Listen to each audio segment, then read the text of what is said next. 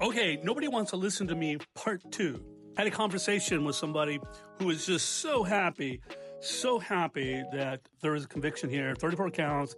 Send me a text. I'm getting some of those throughout the day. And here's what I find just a little bit, not a lot, just a little annoying, that just because I can see both sides doesn't mean that I'm for one side.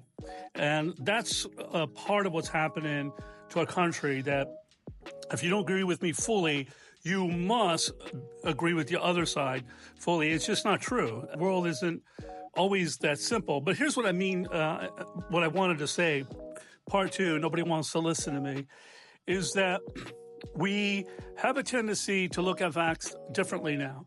If you look at what the case was about, you've got a ton of people saying that there was an obvious smoking gun sort of thing.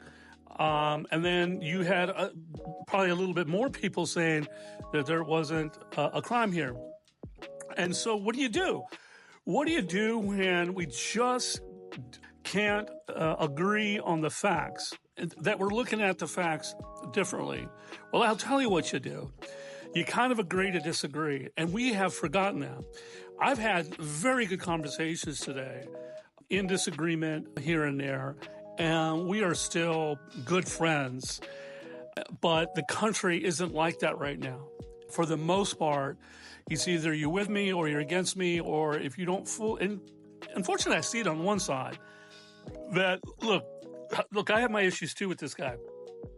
But just because I can see kind of a bigger picture of things, doesn't make me, a full supporter or even a supporter.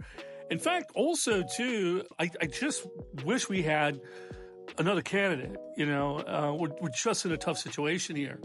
And so we got to learn how to disagree. And that's where I'm coming from.